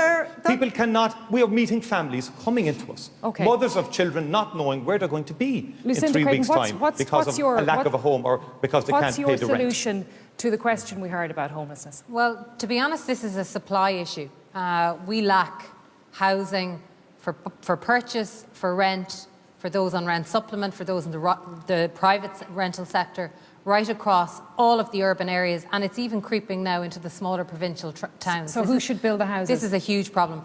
Well, I think we're the only party in Renew Ireland that has a credible plan, because we have a plan to get finance to invest in housing, finance that doesn't necessarily come from state coffers. So we're proposing to do what they do in Germany, for example, which is to take funds from private pension funds, match it with state lands, administer it through local authorities, and build an extensive, not just social housing. You're going to make social housing a profitable enterprise for pension funds. It's a long-term investment. It will ultimately, the properties revert to the state. They stay in state ownership ultimately, but it's a long-term investment. It's about making money. It's about private pension funds making money from social housing. Well, it's about providing housing, and the reality is, I mean, we've had about 6 different announcements now from the government parties for various housing schemes. No houses have been built.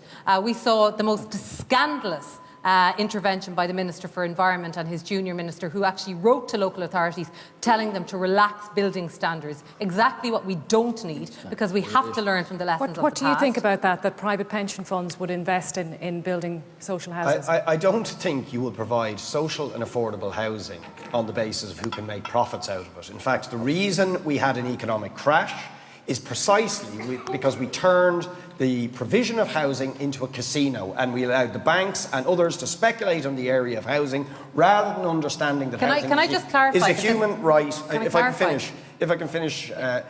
If she wants to clarify, can I come straight just back to you. clarify? Because we're not proposing that anything of the sort happens. This is how houses are built in Germany. In Germany, average house prices are 3 times average income. In Ireland, during the boom, there were 16, 17 times average income. Even today, they're 11 times average income. So our housing market is completely out of kilter, and we have to start using best practice as they apply it in other countries. This has worked elsewhere. The main point I would make is that the provision of council housing is self-financing. Okay, it actually creates a revenue stream for the state. So whatever upfront money you have to put in, and we have it in the strategic investment funds, the credit unions have actually offered the government money to build social housing. We can borrow it from the European Investment Bank at very low interest rates. It's not a problem. The problem is the political will and the disastrous decisions that were taken by this government.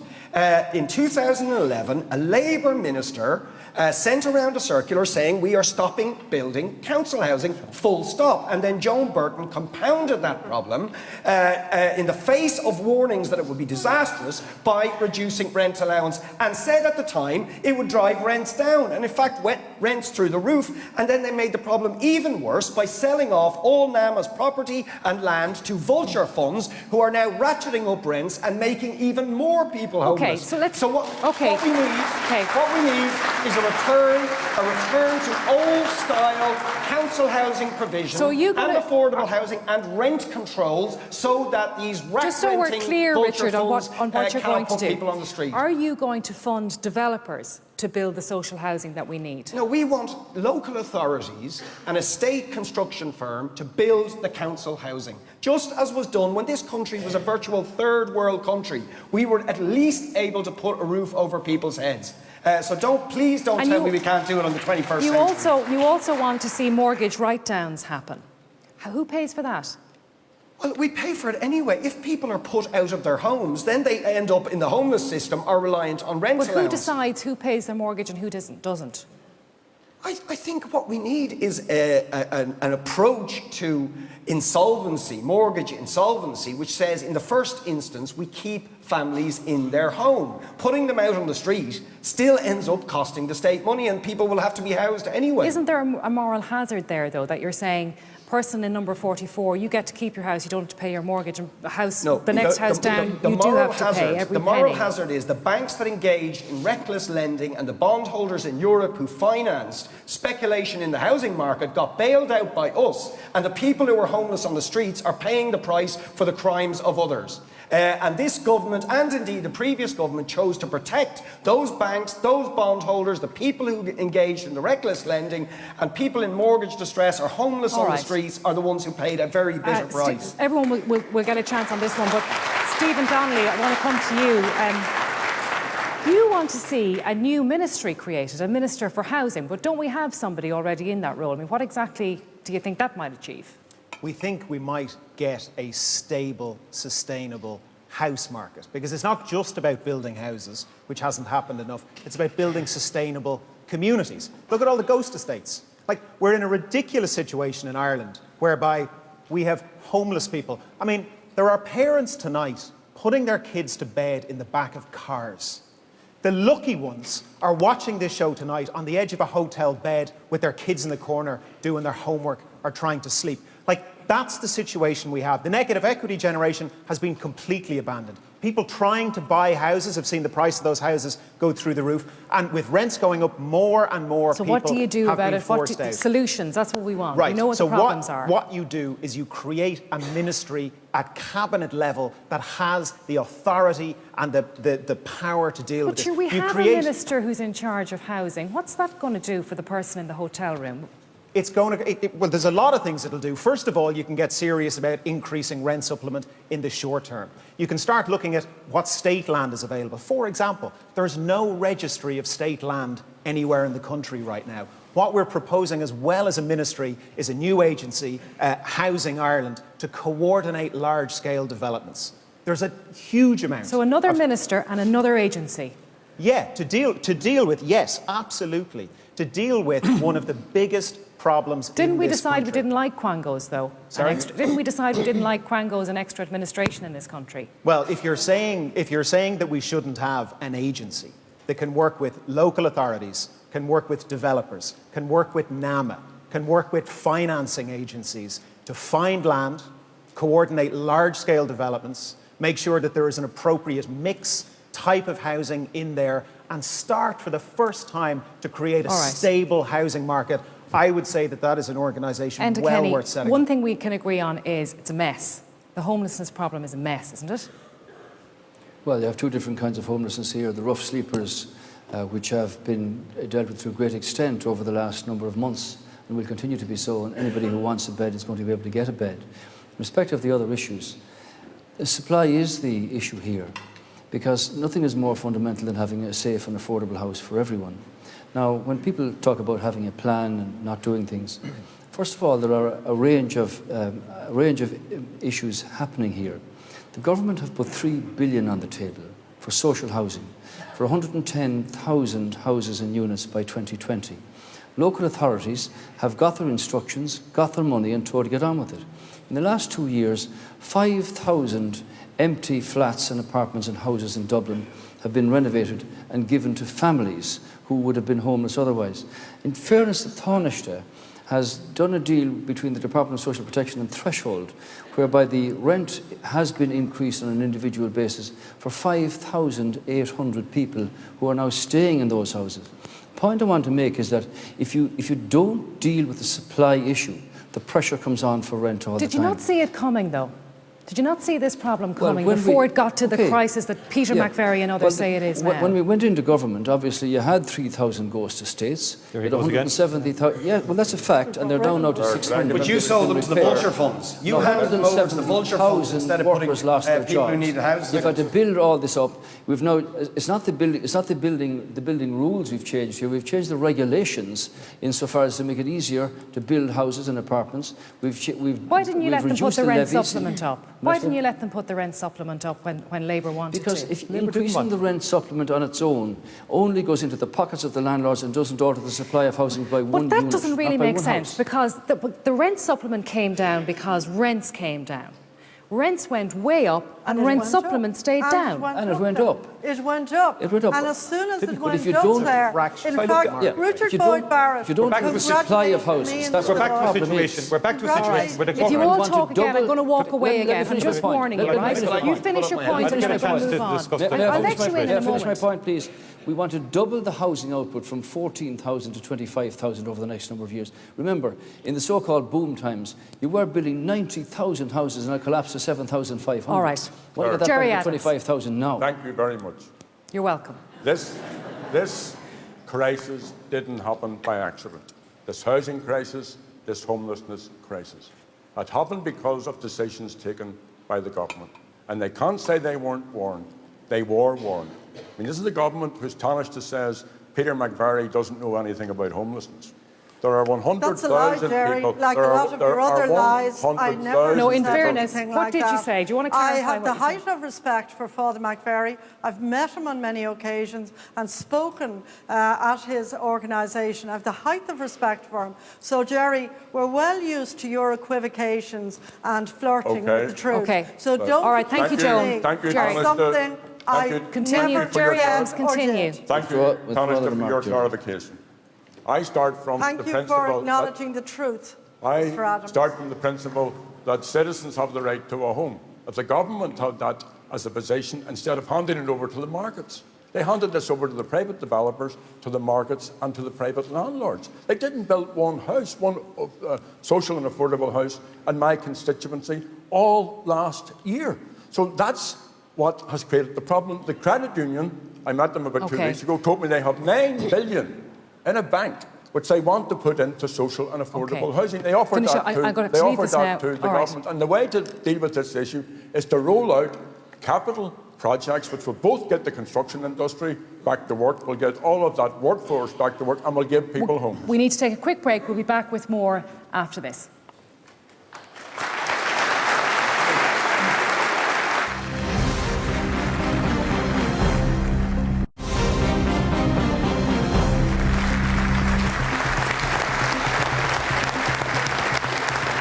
Welcome back to the Leaders' Debate. I'm back with the audience now, and we have another question. I'm going to go to Ed Cagney. Ed, you're there? Hi and good evening. I'd like to put it to the panel that rural crime is greatly on decrease here in County Limerick and in rural Ireland generally. What do the panel consider to be the root causes behind this development, and what plans do they have in mind to address it? OK, we might start with Jerry Adams on this one. Jerry Adams, you're going to reopen rural Garda stations. What proof do you have that that's going to help? Because it will give people confidence that there's a guard in their village, that there's a guard close to them in their parish or in their townland. There were 3,000 guards laid off. There were 139 local Garda stations closed. The guards don't have the capacity and don't have the resources that they require. I'm representing. But in particular, right, reopening the rural Garda stations, how do you know that's going to work? Because all the research tells us that we've got to redesign how we do policing. It's not about having the Garda station there. To answer the question directly, and I represent a rural constituency, and people are afraid in their homes. People living up long lanes are afraid they're going to be burgled. Other people have lost livestock, they've lost farm machinery, and this thing that happens when a gang comes in, or a number of gangs come into a townland and burgle a number of homes, and then they speed away. So the local Garda station, having a local Garda station would solve that problem? They all, no, it might not solve that problem, but would help to engender confidence, because one of the big problems that people have when they report a crime, sometimes it takes ages to get follow-up because the Gardaí are under so much pressure. Some Garda stations are only open for a very, very short period. So what we want is to build on the community alert teams, which are really a wonderful example of the mettle of local people working in partnership with the Guard. But look, if you reduce Garda numbers and Garda capacity by the numbers that they have been reduced, then it's little wonder that criminal gangs aren't going to exploit that. Lucinda Creighton, you have some interesting proposals in your manifesto when it comes to crime. You want a 3-strike rule. What happens after the 3rd strike? For anybody who's convicted 3 times of a serious offence, whether it's dangerous or armed burglary, whether it's murder, manslaughter, sexual offences and so on, they will automatically be handed down a life sentence. We're also proposing to change a life sentence? Correct. We're also and you want life to mean life? We want life to mean life. So they're locked up forever? Hasn't that been tried in the United States and it doesn't work? 3 strikes has worked in some states in the United States and not in others. Where it's been applied too liberally, it hasn't worked. Where it has been applied judiciously, like in Washington, for example, it has worked really effectively.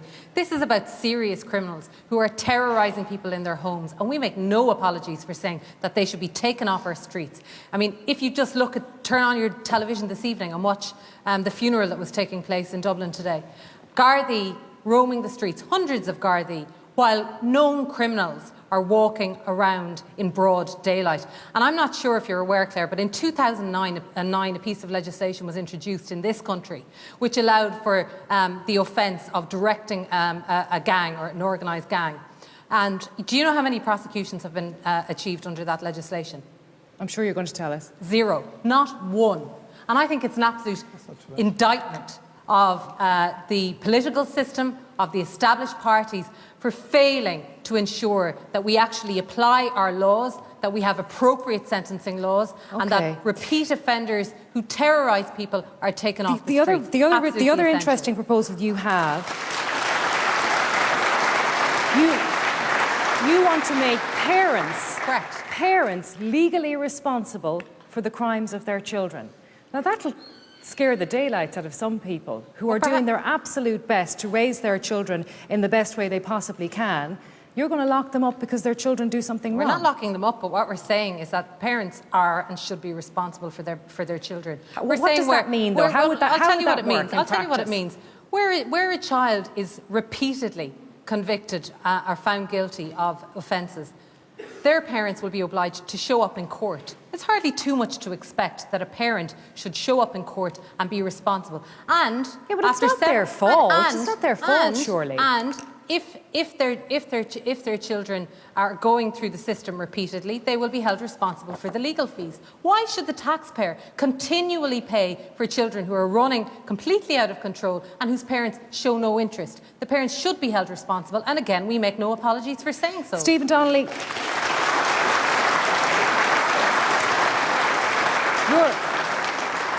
You're not really interested in crime, are you? We certainly are There's interested in very crime. little in your manifesto about it. Very little. The answer to the question that Ed posed in terms of rural crime is this. Let's recognise that we have an excellent police force and let's give our guards the tools they need to do the job. AGSI are telling us, the Association of Garda Sergeants and Inspectors, are telling us clearly that we don't have enough guards. They're looking for at What least... do you mean give them the tools? Arm them? No, talk to guards and ask them what they need in terms of rapid response, communication, stab vests, etc. They'll tell you that years and years and years of under-resourcing has meant that they don't have the tools they need. A lot of your answers here tonight are about talking to people and asking them what they want. I mean, people want real solutions to the problems here. You're talking to the nurses and you're talking to the guards, and now you're talking to the sergeants and you're asking them what they want. People want real solutions here, not just talking. Imagine that. Imagine a political party and a politician saying, actually, do you know the best people to figure out what's wrong with the healthcare system? Doctors and nurses. You know the best people to know how to figure out what's wrong with the emergency response? Firefighters and paramedics. You know who the best people are to tell us what needs to happen in terms of tackling rural crime? The guards. So I will state proudly that we absolutely must listen to our frontline workers. Talk to the guards and they will tell you what they need. They need... What do you say to Joan Burton? She said to you earlier, we didn't get a chance to come back to you, that you're all management consultants speak. I don't think anything I've said sounds like a management consultant. What do you do? Well, it might to Joan, but going and talking to guards about what they need and asking them what they need is what politicians should be doing more of. None of us on this panel have worked in a police force. Here's what the guards are saying, Claire. They're saying they need more Gardaí. AGSI are asking for the numbers to be brought up to 14,000. It's currently... Everyone's promising to do that. You're asking what the solutions are. Right, you're asking what the Social Democrats propose. There's nothing new in that, because everybody's saying they're going to do that. We're going to have endless amount of guards by the time this is all over. No, we won't have endless amount of guards. We'll have the number that AGSI are looking for, which is 14,000. That's what we would support. But what I'm saying to you is everybody else has realised that that's the answer to one of the questions. Well, there's nothing new in that. That's fine. It's good that we can agree on what some else things. Have you got? And then maybe it might happen. The Garda Inspectorate report needs to be implemented. What does that mean? Better IT systems, in-service training, more accountability, and a range of other reforms. That's what needs to happen to tackle rural crime. Okay. Joan Burton. What we've done so far is that we reopened Templemore as a training college for young Gardaí coming in, because it's young Gardaí you need. Stephen is right to say we need more Gardaí. Haven't we a net loss, though? I've got to stop you on that, because we've got a net loss. We're losing 730 in 2015 and gaining 600. And so far, since we reopened Templemore, which Fianna Fáil closed in 2009, that's what the gap is about in terms of the numbers, as well as the Gardaí retiring. We have actually trained 1,150 so far. We are going to train now, over the next 5 years, if we're elected to government, 700 Gardaí a year. And we will be developing community policing, the Gardaí using, particularly in cities, the bikes, which can go right through estates. And we've already invested this year and last year in a very significant number of new Garda vehicles, and more importantly, in a new IT system, which the Garda management is currently designing. That will significantly increase the resources. We've also set up a second special criminal court to take people There's a 2-year waiting list for the one we have already. 2-year waiting list for the one we have already. That will start operation in April, because the cases are not being prosecuted quickly enough in that court. Sure aren't. 2 years. More judges before a case will be tried. For speedier taking to justice of people in gangland. You want to increase Garda numbers to 15,000, is that right? Yes. But you can't escape the accusation levelled at you by Joan Burton that you were the guys who shut down Templemore. We didn't shut down Templemore. We did bring in a moratorium at the time of a major economic crash. Yes, that's well known. This government kept it going for another 4 years. And the bottom line was we were told... Do you question the wisdom of doing that now? So just back to the point that John made the point. You know, the rural crime, burglary going up 40%. The issue is visible presence in communities of An Garda Síochána. That is the key issue. And the argument that the Taoiseach made to me over 3 years was that mobility was better than actually presence on the ground. That we could close the Garda stations and Garda squad cars would be travelling all over the place and that would be more effective. It hasn't proven to be more effective. And I have talked to Garda in the privacy of their homes during this campaign. And they will say to you, they are hopelessly stretched in terms of the ground they have to cover and so on like that. So would you like to see the rural Garda stations reopened as Jerry Adams Some of them can't be, and it's not just rural by the way, it's urban Ireland, it's Step Aside, Whitehall. I mean, there's been huge impact when those stations closed and Step Aside and Whitehall. The people living in those where areas do you stand on that then? People will say to you, where you can reopen them, we would, but we would actually look at getting Gardaí on the ground in communities across rural Ireland. We also look for tougher sentencing. You do need mandatory sentencing for repeat burglary. And for people who attack older peoples in their home, there has to be mandatory sentencing for that. Do you agree with Lucinda Creighton's proposal? No, I don't agree with a full range of proposals because there are more complex issues there in terms of, I think we need to invest in communities as well in terms of areas where there's lots of deprivation and all of that. But we need tougher sentencing. We need a strong signal to the burglars and the gang crimes who are organising a lot of this. And that's why you may say about the Special Criminal Court, it is needed. We need a range of measures, both within the policing and the criminal justice system, that can tackle this thing once and for all and deal a blow to organised crime. Do you want to talk about the Special Criminal Court? No, our position is very, very clear. And it isn't the nub of the problem. The nub of the problem is that there aren't guards on the beat and there aren't guards in communities, and there should be. Richard Boyd Barrett, your position on crime. I'm not sure what it is, because again, there is very little in your manifesto about crime. Yeah, well, obviously, in terms of rural Garda stations, I think if the people in rural areas want their Garda stations restored, I'm with them in that regard. I think Why is there very little in your manifesto about crime? Well, I'll go on to say that. The big issue for us in our area, and I think in a lot of disadvantaged areas, is the slashing of community services. So, for example, in the last week, we had a project in my area, a little small project called the Oasis Project, which was a drug and youth outreach project to young vulnerable teenagers in a disadvantaged area. The HSE have slashed that, like they have slashed many other community projects. And the parents at the protest meeting we held said, and a lot of the workers there, and this cost a tiny amount of money, right?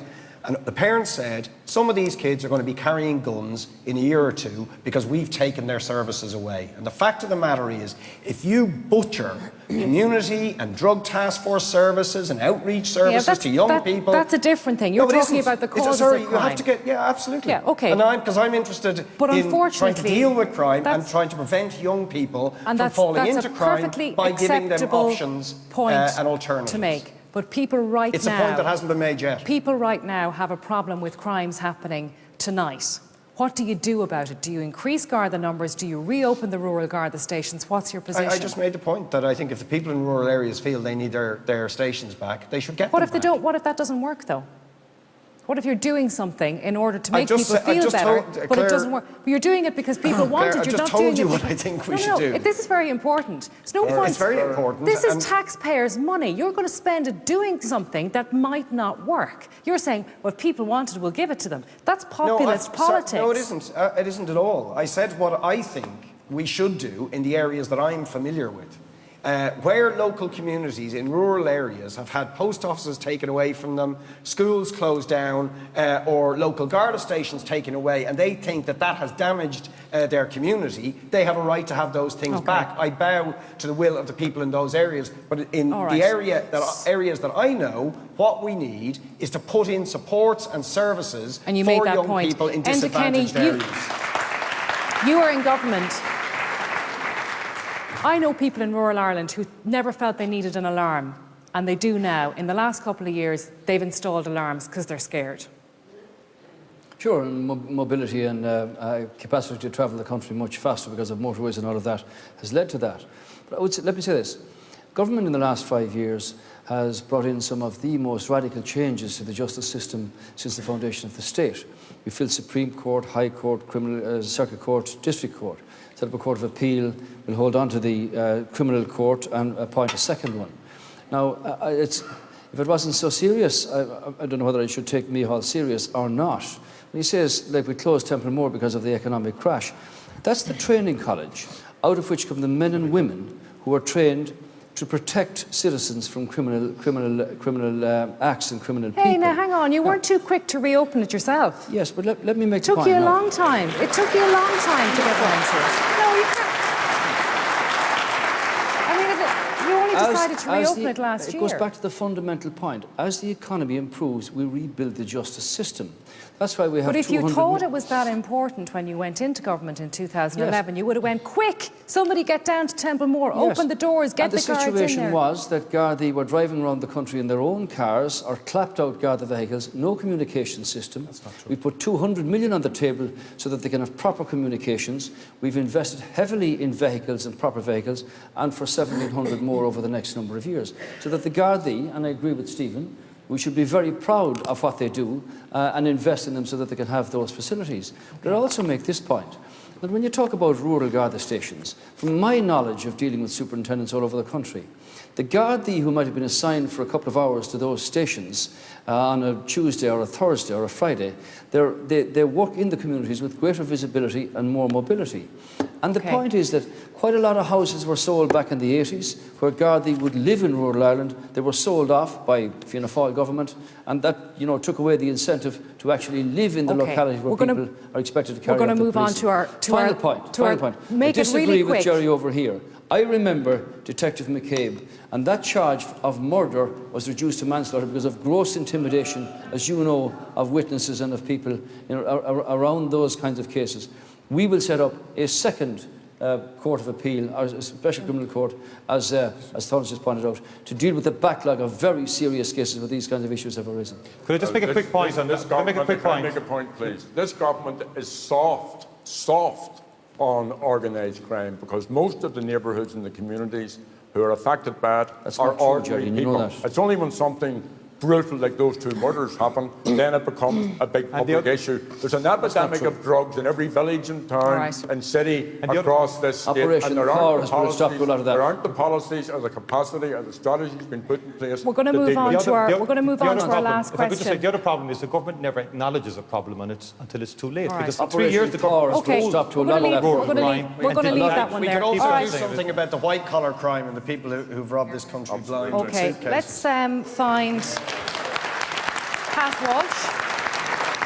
Where's Pat? Where's Pat sitting? I was talking to you the ad break, Pat. I lost you there again for a second. How are you? Good. Good. You have a question for our panel. Well, it's getting a bit uncivil there near the end, so I'm going to ask about Civil War politics, if that's okay.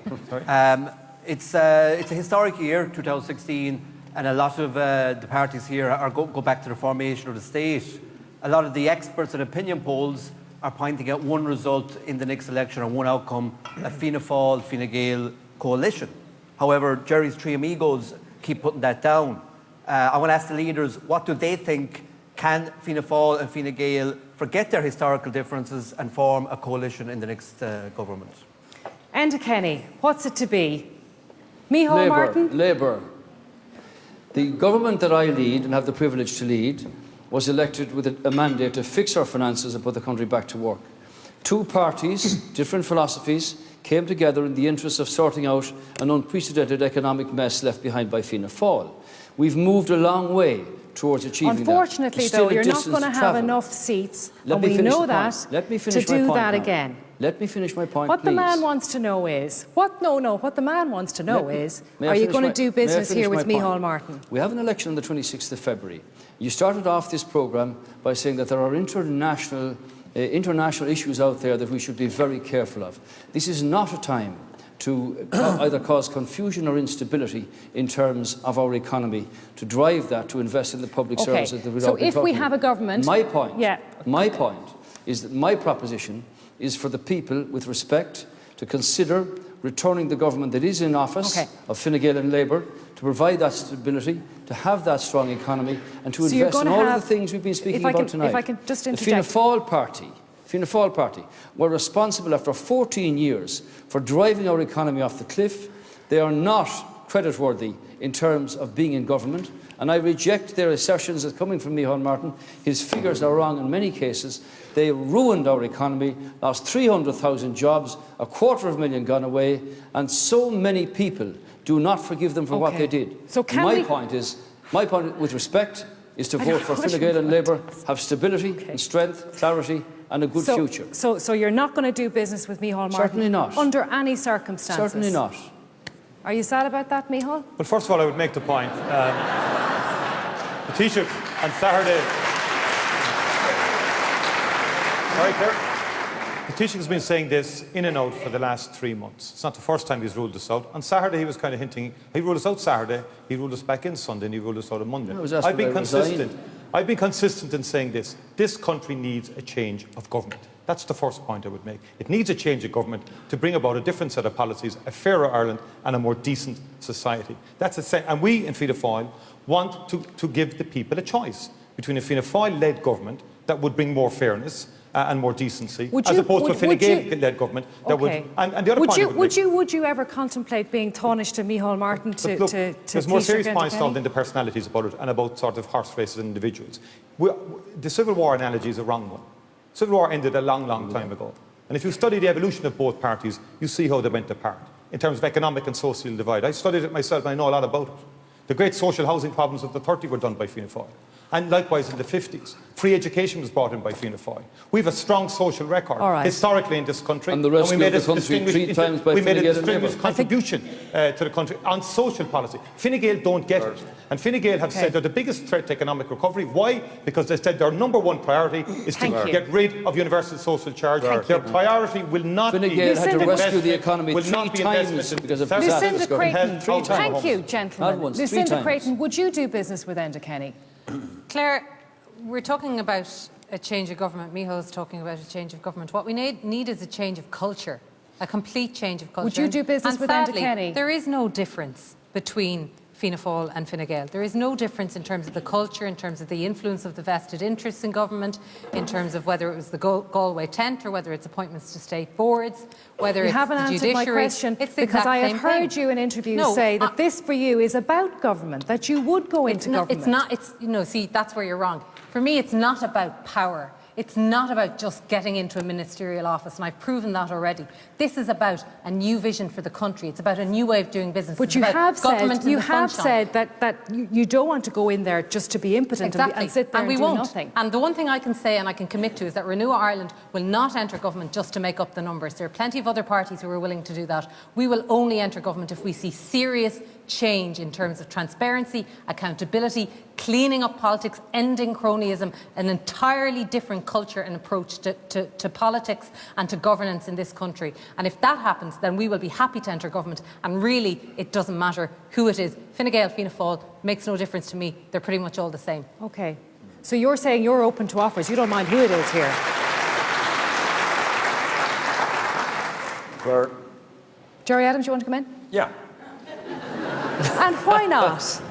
I think that the electorate should send the 3 amigos to ride off into the sunset. You should take this opportunity, let them get on their donkeys and ride off. Because there's a chance now.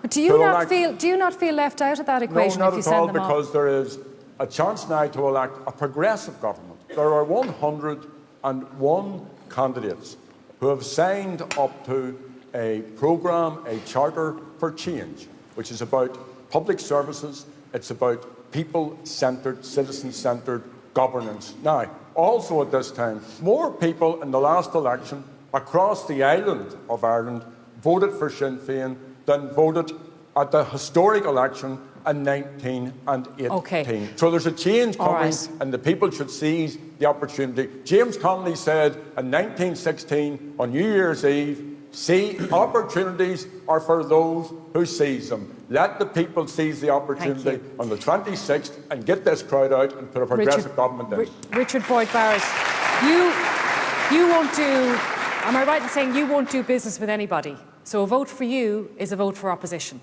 No, that's not true at all. But you've said you won't do business with any of them. No, in fact, we haven't said that at all, Claire. Well, half of you aren't mad about Sinn Féin because you didn't sign up to Right to Change. Half of you are OK with Sinn Féin. What do you think?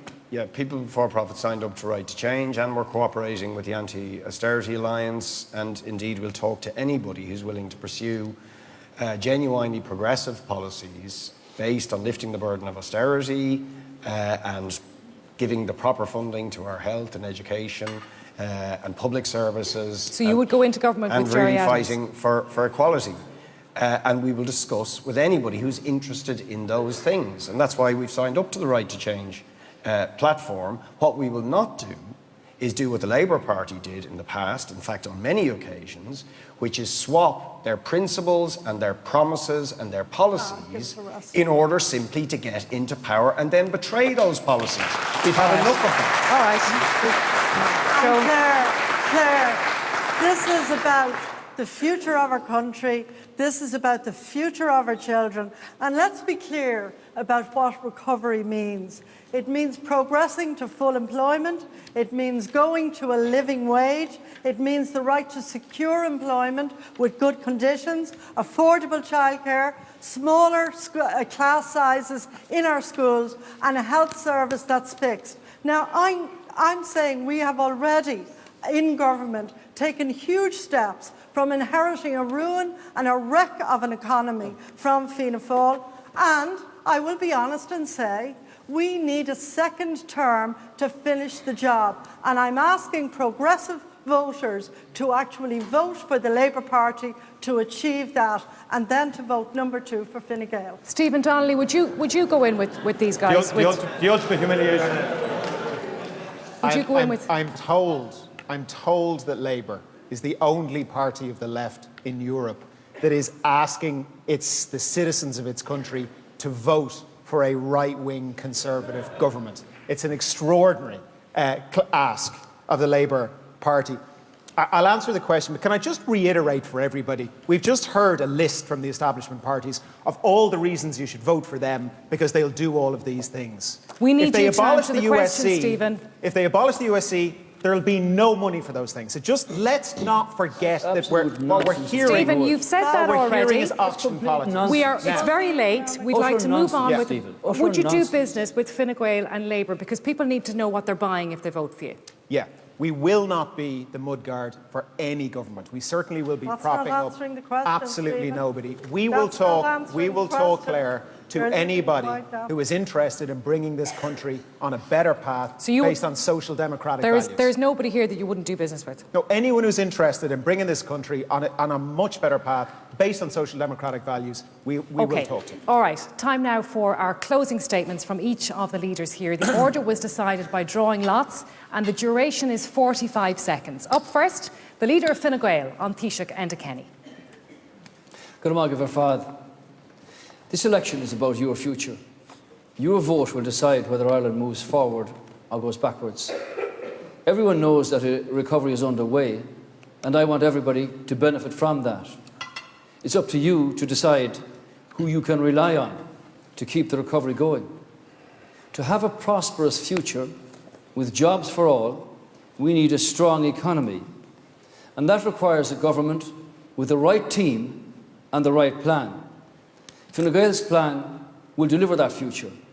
200,000 jobs, lower taxes and quality public services. Now is not the time to put that recovery at risk. I respectfully ask for your support so that we can keep the recovery going.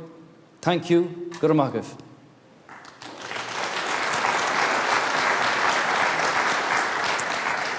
Next, it's the leader of Renew Ireland, Lucinda Creighton.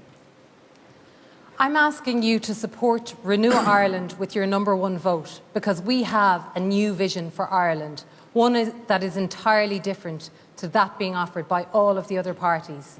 We are proposing a new flat rate of income tax.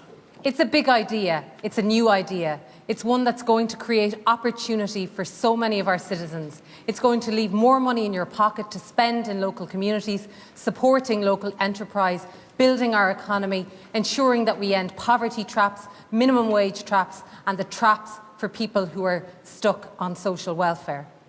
We believe in providing a childcare system that empowers people. We want to end the huge second mortgage that is childcare by giving people genuine opportunities and tax breaks so that they can ensure that they can participate in the workforce while ensuring that their families are well looked after. We are committed to ending cronyism. We want to end appointment to state boards and appointments of cronies to the judiciary. Our promise is to keep our promises and tell the truth. Thank you, Lucinda. Next up is the nominated leader. The nominated leader next of the Social Democrats, Stephen Donnelly. The Social Democrats are a new party. We want to build a stronger, fairer, more prosperous and more equal Ireland. If you believe that we are capable of more than the establishment politics, if you believe that we deserve more than what the establishment has to offer, then please support the Social Democrats' candidates. Every single vote matters. This election shouldn't be a choice between fairness or recovery. If you believe that it can and must be about fairness and recovery, then please vote for the Social Democrats on Friday 26th. Thank you, Stephen. Next, we have the leader of Fianna Fáil, Micheál Martin. Next week, we will face a real choice about the future of our country, but not the one which the Taoiseach talks about. The biggest threat to our country and its recovery is if we keep going with a policy which lets crisis after crisis develop and is leaving so many people behind. There is a fairer way, one which builds a strong and lasting recovery and a decent society.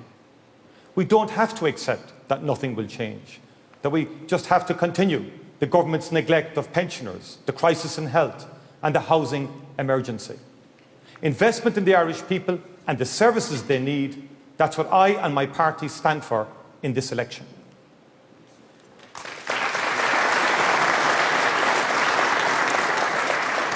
And now it's the turn of the nominated leader of the Anti-Austerity Alliance, People Before Profit, Richard Boyd Barrett. The Anti-Austerity Alliance and People Before Profit want to see a society based on real equality and solidarity, where people have the right to housing, they have the right to health, they have the right to a decent education, and where the wealth in our country is shared in a fair and progressive way. We also want to end the discriminations against women where they don't have the right to control their own bodies and repeal the 8th Amendment. We want to end the discrimination against young people. We want rights for our disabled citizens and minorities. And we want to leave behind the civil war politics of cronyism and broken promises and protecting golden circles and fight using people power. And that's what we're really associated with, people power, to bring about the fairness and solidarity and equality that the people of this country deserve. Thank you. Now it's the turn of the leader of the Labour Party, Taoiseach Joan Burton. Tonight you've seen the clear choice between Labour's vision of hope and optimism and opposition parties who focus on anger and despair. Our country, our people have been through a tough time, but now we can make Ireland a great place to live, to work and raise a family. To seize that opportunity, we have to make the right choice on election day. Now is not the time to let others play with the recovery. Labour will provide the stable and balanced government that our country needs. We'll strengthen the recovery and we'll use our strong economy to build a decent society.